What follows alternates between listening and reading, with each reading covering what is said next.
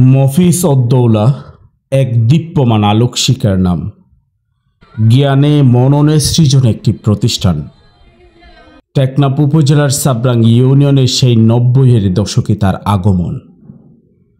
তার বোধের জায়গায় কেবল এই এলাকার পিছিয়ে পড়া মানুষের কথা কিলবিল করত।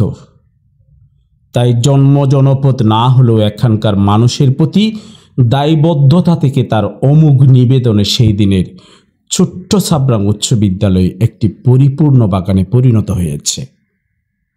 নানা সীমাবদ্ধতা থাকলেও প্রত্যন্ত অঞ্চলের সাবরাং উচ্চ বিদ্যালয় আজ উপজেলার গণ্ডি পেরিয়ে জেলা পর্যায়েও কৃতিত্বের স্বাক্ষর রেখে যাচ্ছেন। নিজস্ব যোগ্যতা ও দক্ষতায় সময়ের পরিক্রমায় এই মানুষটি হয়ে ওঠেন এই এলাকার মানুষের ভরসা ও আস্থার ঠিকানা।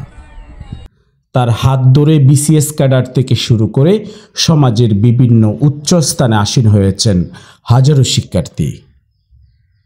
বাবা মায়ের একমাত্র সন্তান মফিজ উদ্দৌলার ব্যক্তিগত জীবন এতটা মসৃণ ছিল না। ছোটবেলায় পিতাকে হারান, ১ মাস আগে মমতাময়ী মাকে হারান। সাংসারিক জীবনে ৪ মেয়ের পিতা তিনি। কিন্তু বিধাতার আরজিতে সবাইকে কাঁদিয়ে না ফেরার দেশে পাড়ি জমালেন সাবরাং তথা টেকনাফের আপামর মানুষের প্রিয় মফিজ স্যার।